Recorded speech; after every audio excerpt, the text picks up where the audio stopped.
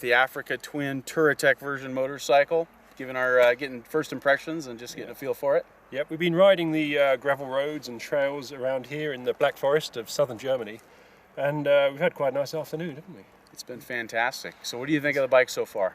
So far, I really like it. I'm really surprised. This is the auto version, and I wasn't sure I was going to like an auto version of an adventure bike, but actually it's got a lot to say for itself. It's nice if you want to go gentle, and if you want to go fast, as we both found out, you've got a paddle shifter, up, down, and that transforms it, doesn't it?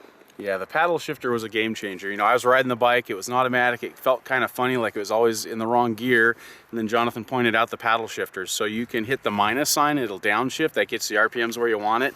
You can actually wind up the throttle all the way and then start hitting the minus sign, and it's like a turbo button. The bike just winds up and it's like it shoots out of a cannon. So that was really exciting. I really didn't think I'd like automatic, but it was kind of cool. It works, doesn't it? Also, it comes with traction control. It's about 3 stages, isn't it? Yeah. The first is Super Nanny, and the last is off. Yeah. And so you can have what, 10 horsepower or 100 horsepower, depending on which one you choose. Yeah. Yeah. I think for a lot of people, the traction control on this bike's going to be smart. This bike has a lot of horsepower, around 100 horsepower. And I think it's good to keep the back end from getting away from you. I saw you going around that corner. You were fishtailing all over the place. But I think if you're really off-road in sand or in some loose rocky stuff or a big climb, you're going to want to be able to shut that thing off and really throw some roost, just like you did when you roosted me when I was behind you. Yeah, sorry about that. What's really handy that goes with that is the ABS. And admittedly, we haven't had a chance to fiddle with that. It's just the ABS it's coming with. And that's really working well, isn't it? Because you can get a bit hot going into corners and stuff. Yeah.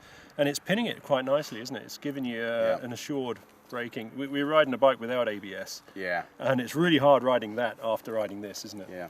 So, but that being said, I think the brakes are really good on this bike. It really stops, especially in the less invasive ABS mode. You know, you can really stop the bike quickly, and that's been nice. So in the big scheme of things, how would you compare this? Is this similar to an F800 Yamaha Super Tenere? Has it got a little KTM sort of feel to it? Where are you? Yeah, I'm somewhere between the F800 and the KTM. You know, I go back to like the 950 Super Enduro, actually. That was a favorite bike. If you had that with an auto and a few other bits. But I think what marks it out is it's got that CRF feel. And CRF is also a motocross bike for Honda. And so the way the foot pegs are, the handlebars are, it's got quite a standing attack going for it, isn't it? It's not a tourer in that sense. So it's definitely on the dynamic end of the spectrum for adventure. Yeah. And I would say that this motorcycle is good for someone who's new getting into it. With all the computer controls, it's really a nice bike. If you have a problem with stalling the bike and slow speed stuff, this doesn't have a clutch. Some of us guys that have ridden a lot, we don't know what to do with our left hand at first, but I think it could be a good entry-level bike. But it also can really grow with the rider. I mean, it's got plenty of power, and I think with the 21-inch front wheel, this thing's very off-road capable. So I think all in all, this can be a good bike for a lot of people.